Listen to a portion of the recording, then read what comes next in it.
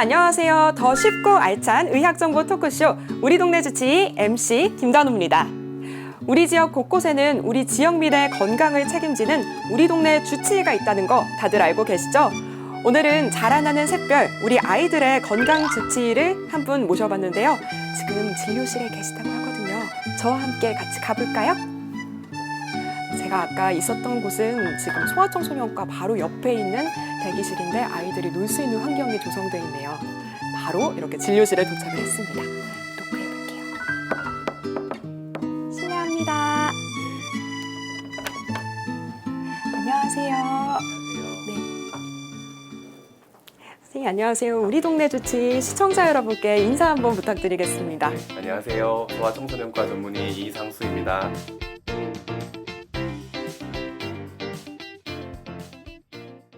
저는 특별히 이것 때문에 소아과를 했어라는 그런 결정적인 계기가 있지는 않았고 어느 순간 보니까 제가 소아과 의사가 되어 있었습니다. 그런데 이제 주변 사람들의 얘기를 들어보면은 제가 의과대학을 입학했을 때부터 소아과를 하겠다는 얘기를 더러더러 했었다 하더라고요. 그래서 지금 생각해 보면은 소아과 의사가 된 게 운명적인 게 아니었나 그런 생각이 듭니다. 저만의 아주 특별한 노하우가 있지는 않고요. 아무래도 소아과 의사로서 이제 오래 지내오다 보니까 아이들이 이제 덜 경계하게 되는 그런 뭐 억양이나 표정이나 이런 것들이 체득되는 것 같습니다.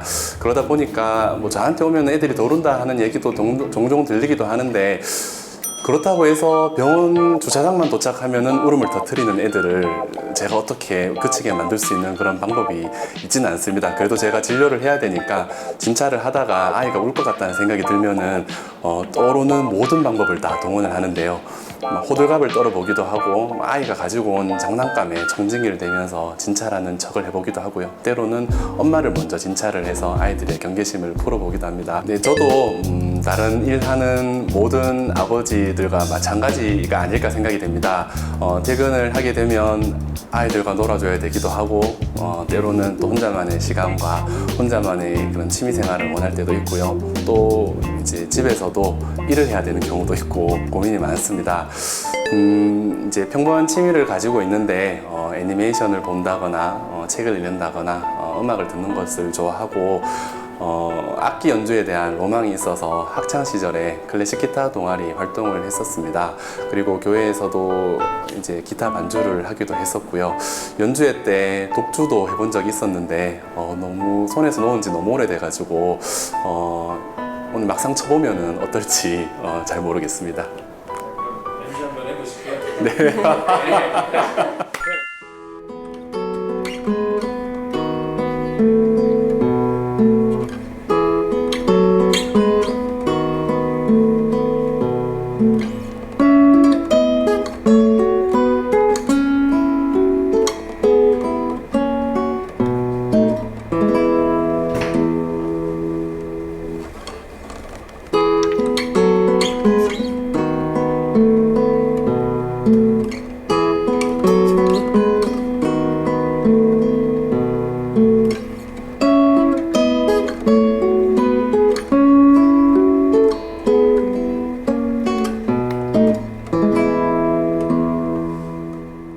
네, 본격적인 토크에 앞서서 사전 질문 몇 가지 드려보겠습니다. 선생님, 소아청소년과가 하는 일이 구체적으로 어떤 거고 또 왜 필요한 건가요? 소아청소년과는 출생 전부터 성인이 될 때까지 그 기간 동안에 건강을 전반적으로 이제 돌봐주는 과입니다.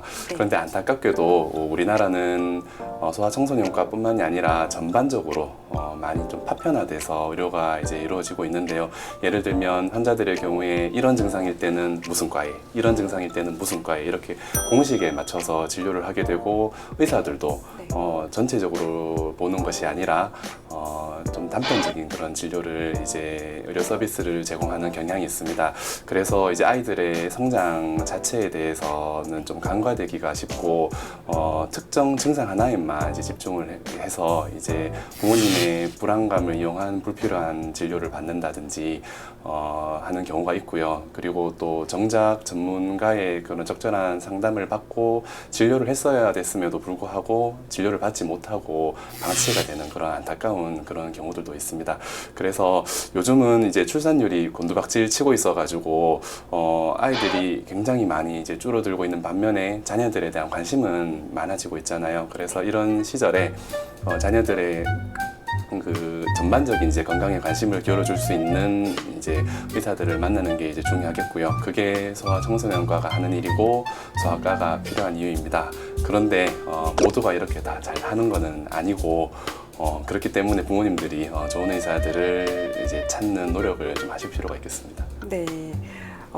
소아청소년과는 성인이 될 때까지 우리 아이들의 전반적인 건강을 돌보는 일을 하고 또 부모님이 자녀 건강에 대한 관심이 많아지면서 이게 꼭 필요한 거군요. 네. 그러면 이 소아청소년과는 아이들이 환자잖아요. 네. 그럼 실은 저는 병원에 가면 어릴 때 입구에서부터 네. 막 그 주사 맞을까 봐 무서워가지고 막 울고 떼쓰고 안 가려고 했거든요. 이런 아이들이 있을 때 혹시 뭔가 이렇게 친해지려고 하시는 노력 같은 것들이 있을까요? 소아과 의사라 하더라도 네. 아이들을 뜻대로 하지 못하는 것은 어쩔 수 없는 일인 것 같습니다. 때로는 저도 되게 좀 안 맞는 아이들도 있고요. 네. 그래서 제가 우스갯소리로 자주 하는 얘기가 있는데 와 나도 노키즈 존 소아과를 하고 싶어 이런 이야기도 이제 우스갯소리지만 종종 네. 하는데요. 그래도 이제 제가 어쩔 수 없이 애들을 봐야 하기 때문에 이제 제가 할 수 있는 노력들은 뭐 뻔한 대답일지는 모르겠지만은 눈높이를 맞춰주려고 노력을 하고 아이들 사소한 것들을 이제 기억을 해주려고 많이 노력을 하는 편입니다. 예를 들어서 뭐 인형을 이제 애착 인형을 가지고 올 때마다 가지고 오는 애들이 있다면은 그 인형의 이름을 물어놓고 기록을 해놓는다거나 아니면은 엄마하고 아이한테 무슨 일이 있었다고 뭐 우연히 들으면은 그거를 기억을 해놓고 메모를 해놓다가 다음에 왔을 때 이제 물어본다든지 그렇게 하면은 아이들이 이제 좀 경계심을 풀고 또 다음에 왔을 때 좀 더 친근하게 하는 경우들이 있습니다. 네, 그런 노력을 하고 있습니다. 뭔가 선생님 인상에서부터 되게 푸근한 아버지 같은 느낌이 들었는데 네. 이 어머니의 섬세함까지 갖춘 그런 소아청소년과 의사로서 천직이시네요, 정말. 감사합니다. 네, 본격적인 토크에 앞서서 오늘 소아청소년과에 대해 알아봤는데요. 요즘 부모님들이 가장 궁금해하시는 게 어떤 건가요? 요즘은 이제 다들 성장에 관심을 많이 기울이시다 보니까 아무래도 성조숙증이 그것 중에 하나가 아닌가 생각이 됩니다. 그러면 우리 동네 주치 시청자 여러분, 오늘의 주제 성조숙증에 대해서 토크 시작하겠습니다.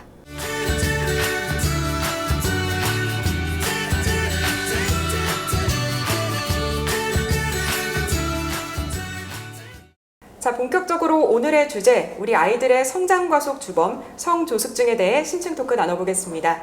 선생님, 성조숙증 정확히 어떤 질환인가요? 네, 2차 성징이 일찍 일어나는 것을 성조숙증이라고 합니다.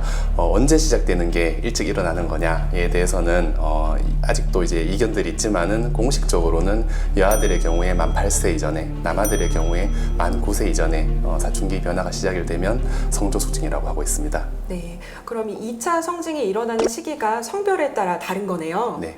네, 그런데 사춘기는 다 오는 거 아닌가요? 뭐 원인과 증상이 따로 있을까요? 예, 맞습니다. 모든 건강한 사람이라면 누구나 다 겪게 되는 게 이제 사춘기 변화인데요. 그런데 이제 성조숙증인 경우에는 그게 이제 일찍 일어나게 되면서 이제 문제가 될 수 있는 증상이 생기는 게 이제 문제입니다. 결론적으로 이제 성호르몬인 에스트로겐과 테스토스테론의 분비가 이제 증가가 되면서 증상들이 일어나게 되는데 원인이 크게 진성 성조숙증과 가성 성조숙증 두 개로 나눌 수가 있겠습니다. 진성 성조숙증은 머리 그러니까 뇌하수체에서부터 이제 그 성호르몬을 분비하는 신호가 시작이 돼가지고 성호르몬이 이제 많이 분비가 되게 되고요. 가성 성조숙증인 경우에는 뇌 말고 다른 부위에서 신호가 시작이 돼서 호르몬의 분비가 많아지게 됩니다. 가성 성조숙증인 경우에는 다들 원인 질환이 있고요. 진성 성조숙증은 원인 질환이 있는 경우도 있고 원인 질환은 없었는데 그저 빨리 시작이 된 그런 특발성 성조숙증도 있습니다. 증상은 이제 여자아이들의 경우에 유방 발달이 그리고 남자아이들의 경우에는 이제 고환 발달이 가장 이제 뚜렷한 대표적인 증상이 되겠고 그 외에 키 크는 속도가 빨라진다거나 아니면 성장 반속이 닫히는 속도가 빨라진다거나 하는 증상이 있을 수 있겠습니다. 그리고 이제 엄밀히 말씀드리면 성호르몬의 영향은 아닌데 사춘기 시기에 부신 호르몬도 이제 분비가 증가하게 되는데 그 부신 호르몬의 영향으로 여드름이 난다거나 체취가 증가한다거나 음모나 겨드랑이 털이 난다든지 하는 증상이 있을 수도 있겠고 성격이 변하는 애들도 있습니다. 그리고 이제 원인 질환이 있는 경우에는 경련에서 발견을 하게 되는 경우도 있고요. 과거에 머리 부분에 염증이 있었다거나 외상이 있었다거나 하는 이제 과거력이 있어가지고 미리 의료진들이 예측을 해서 발견을 하는 경우도 있습니다. 정리해보면 이 호르몬의 변화 때문에 성조숙증이 나타나는 거고 또 신체의 변화로 성조숙증을 체크해볼 수 있는 거네요. 다만 보통 아이가 크면 부모님들이 정말 좋아하시잖아요. 하지만 급격하게 키가 빨리 크면 문제가 될 수도 있는 거네요. 네. 최근에 급격하게 이렇게 아이들이 키가 크는 등 성조숙증이 나타나는 아이들이 많은데 사실인가요? 예, 사실입니다. 그런데 고려를 해야 될 것이 있는데요. 네. 요즘은 아무래도 예전에 비해서 부모님들이 아이들의 성장에 관심이 많아지다 보니까 네. 예전 같으면 별로 심하지 않았는데 검사를 자꾸 하다 보니까 네. 이제 성조숙증이 진단이 되는 아이들도 틀림없이 늘어나고 있고요. 또 한편으로는 생활 환경이 서구화가 되고 비만 아동이 많아지면서 그런 것들로 인해서 정말로 증가하는 부분도 있습니다. 네.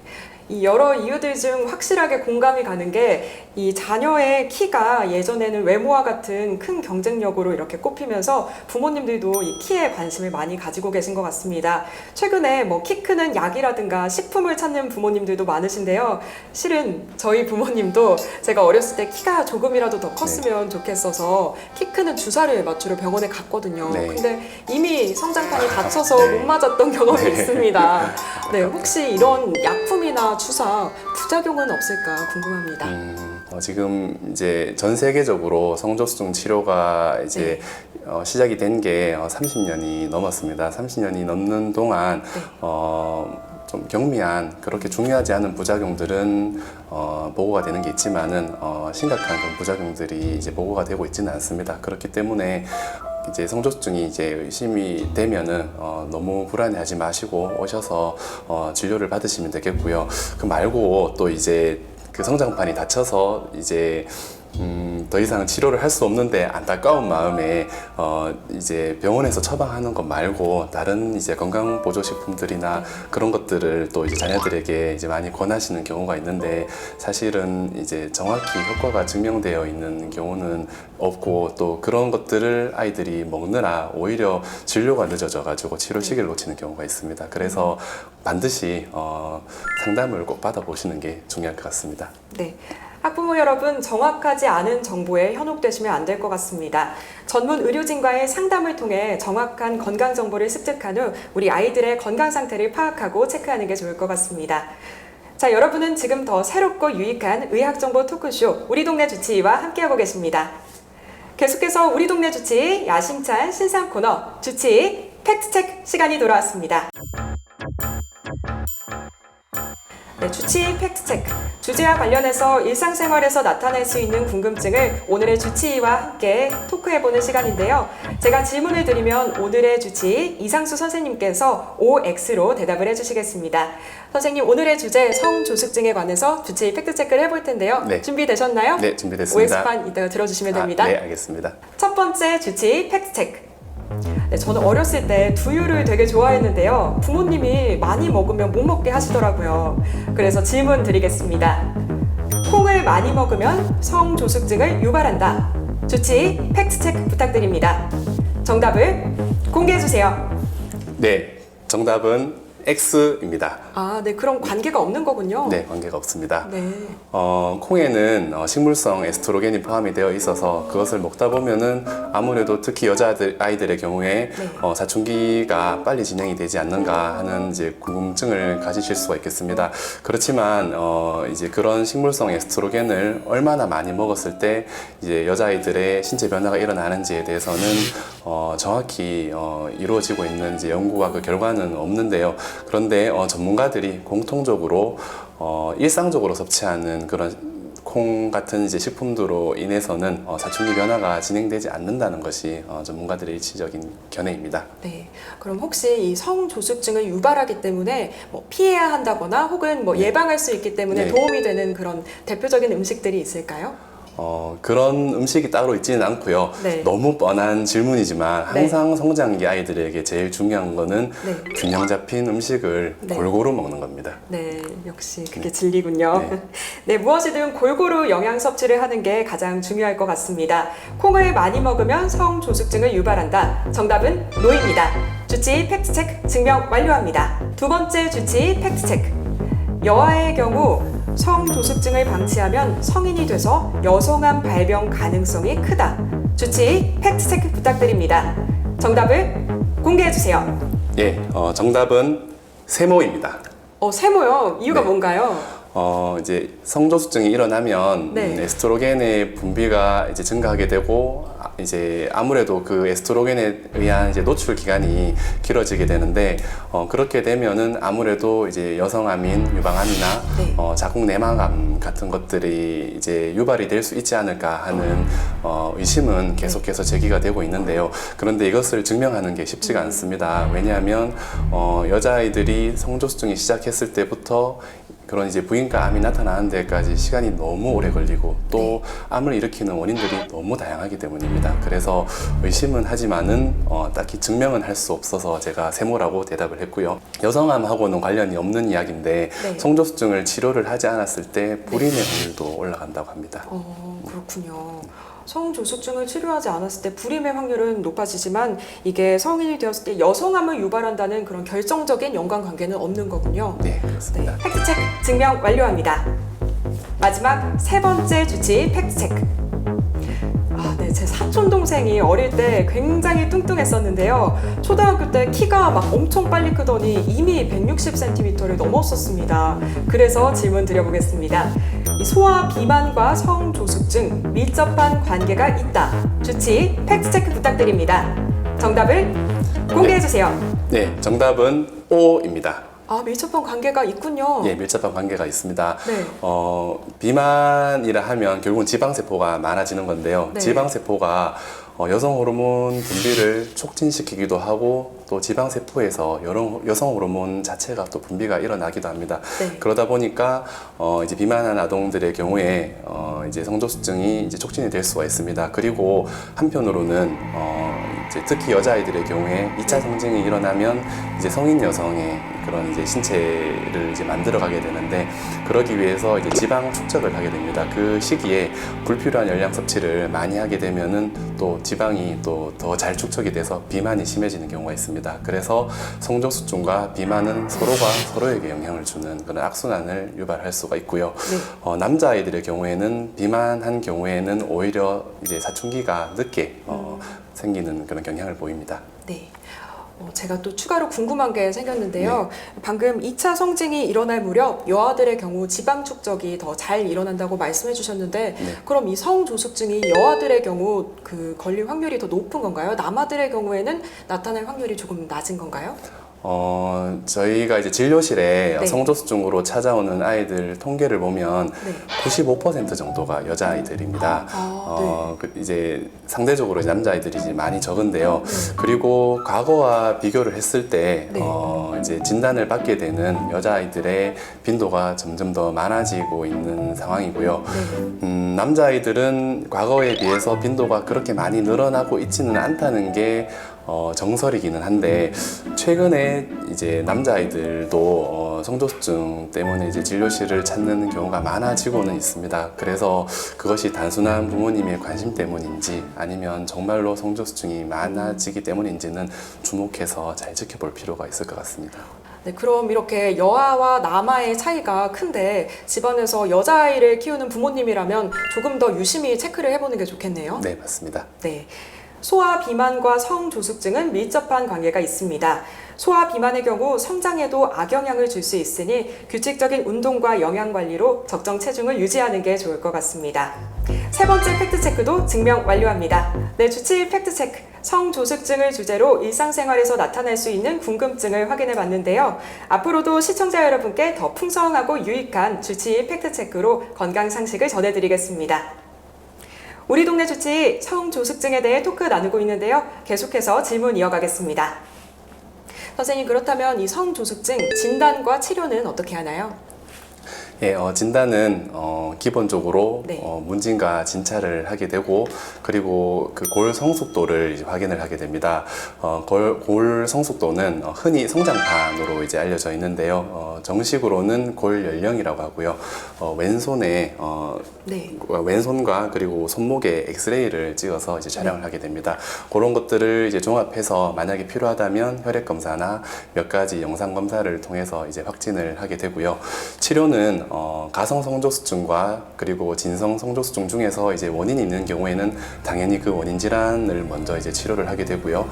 특별한 원인 질환이 없었던 특발성 성조수증인 경우에는 성선 자극 호르몬, 방출 호르몬 유사체라는 좀 어려운 이름의 네, 어렵네요. 약물을 투여를 해서 이제 치료를 하게 됩니다. 네. 보통 4주에 한 번씩 주사를 해서 치료를 하게 되는데 요즘은 3개월이나 6개월에 한 번씩 주사를 한다거나 아니면은 그 이제 약물을 방출하는 이제 기구를 피부 밑에 이식을 해서 치료를 하는 방법도 시도되고 있지만 현재까지는 4주에 한 번씩 주사를 맞는 게 이제 대표적인 치료법이라 할 수 있겠습니다. 네, 그럼 이 주사 치료가 사춘기를 지연시키는 거군요. 네. 그럼 치료 기간은 어느 정도고 또 언제까지 치료해야 하는지 궁금합니다. 네, 이 치료를 이제 중단하게 되면 결국은 다시 사춘기 변화가 이제 진행이 돼서 성장판이 빨리 닫히게 되고 또 이제 여자아이들의 경우에 이제 생리를 하게 되는데 보통 중단을 하고 1년에서 2년 사이에 생리를 하게 됩니다. 그래서 무조건 언제까지 치료를 한다라고 정해져 있지는 않고요. 예상되는 이제 생리 시기와 그리고 목표 성인키하고 현재 키를 종합적으로 판단을 해서 부모님하고 상의를 한 다음에 치료를 종료를 하게 되는데 보통 여자아이들은 6학년까지 치료를 하고 남자아이들의 경우에는 조금 더 길게 치료를 하기도 합니다. 네. 이렇게 치료를 하면 다행이지만 성조숙증인지 모르고 치료 시기를 놓칠 수도 있잖아요. 네. 혹시 이 경우에는 그럼 치료를 하지 않으면 키가 안 크는 건가요? 이제 모든 네. 성조수증이 다 똑같이 진행이 되는 것은 아닙니다. 네. 성조수증을 진단을 받았는데 치료를 하지 않았어도 되는 천천히 진행을 하는 지속형 성조수증이 있고 네. 그리고 그 반드시 치료를 해야 되는 급속 진행형 성조수증이 있는데요. 그 급속 진행형 성조수증의 경우에 치료를 하지 않으면 목표 성인키보다 10cm에서 많게는 20cm까지 손해를 본다고 오, 네. 알려져 있습니다. 정말 큰 손해네요. 네. 그러면 이렇게 치료를 해야 한다면 조금은 병원비에 대한 부담도 있을 것 같은데 혹시 이 성조숙증 치료 보험 적용이 되나요? 네, 보험 기준이 있고 당연히 네. 보험 적용을 받을 수가 있습니다. 네. 그렇지만 무엇보다도 중요한 거는 보험이 되는지 여부보다는 치료를 받아야 하는지 아닌지를 판단하는 것이 더 중요합니다. 보험이 되지만 치료를 하지 않았어도 되는 경우도 있고요. 네. 보험은 안 되지만 아이를 위해서는 치료를 하는 게 더 이득인 경우가 있습니다. 다행히 성조수증 치료는 성장 호르몬 치료에 비해서 비용이 굉장히 저렴한 편입니다. 그래서 부모님들이 보험이 되지 않더라도 상대적으로 덜 부담스럽게 치료를 할 수가 있기 때문에 보험 여부에 너무 연연해하지 마시고 항상 먼저 상담을 받아보시는 게 중요하겠습니다. 네. 그럼 보험 적용이 되기도 하고 또 안 되기도 하는 거군요. 다만 보험 적용이 어렵더라도 성조숙증 치료는 병원비가 생각보다 부담스럽지 않다고 합니다. 우리 아이에게 성조숙증이 의심된다면 방치하지 마시고 전문의와 상담을 받아보는 게 좋을 것 같습니다. 끝으로 시청자 여러분께 성조숙증 예방법과 더불어 학부모님들께도 당부 말씀 부탁드리겠습니다. 요즘 소아 청소년기에 무엇보다도 가장 중요한 건강 이슈는 비만입니다. 비만은 요즘은 이제 전염병이라고 불릴 정도로 전 세계적으로 많이 증가하고 있는 추세인데요. 이 비만은 성조숙증의 원인도 되기도 하지만 고혈압과 당뇨, 고지혈증, 그리고 지방간과 지방간염 같은 더 심각한 만성적인 그런 합병증의 원인이 됩니다. 그렇기 때문에 자녀들의 비만에 관심을 적극 기울여 주시고 적절하게 관리를 받으셔야 하고요. 그리고 반드시 효과가 증명되어 있는 치료를 받기 위해서 전문의의 상담을 받으실 필요가 있겠습니다. 또 한편으로 아이들의 사춘기를 지연시키는 데만 급급해서 아이들의 마음을 돌아보지 않는 경우가 있습니다. 앞서 말씀드렸던 것처럼 사춘기 변화는 결국은 모든 사람들에게 다 일어나는 변화인데 네. 단지 늦추려고만 생각을 하다 보면 아이들이 그런 신체 변화에 대한 부정적인 네. 인식을 갖게 되는 경우가 있습니다. 그렇기 때문에 이 변화가 자연스러운 변화라는 것을 아이들에게 잘 가르쳐줘서 아이들이 그런 이제 신체의 변화에 대한 부정적인 네. 그런 시각을 갖지 않고 더 건강하게 성장할 수 있도록 돌봐주셨으면 좋겠습니다. 네. 우리 동네 주치 오늘 수고해주신 소아청소년과 전문의 이상수 선생님 감사합니다. 감사합니다. 네. 우리 동네 주치 오늘은 우리 아이들의 성장 과속 주범 성조숙증에 관해 심층 토크 나눠봤습니다. 사춘기는 누구에게나 오고 또 2차 성징의 시작과 시기는 다를 수 있는데요. 성조숙증이 의심된다면 막연한 불안감이나 혹은 방치하지 마시고 전문의와 상담을 해보면 어떨까요? 또한 소아청소년기 건강에 악영향을 주는 주범, 비만, 규칙적인 운동과 적절한 영양 섭취로 관리가 필요합니다. 가장 중요한 우리 아이들의 사춘기를 건강하게 극복하는 방법은 바로 부모님의 사랑과 관심입니다. 우리 동네 건강지킴이 우리 동네 주치 시청자 여러분 늘 건강하십시오. 고맙습니다.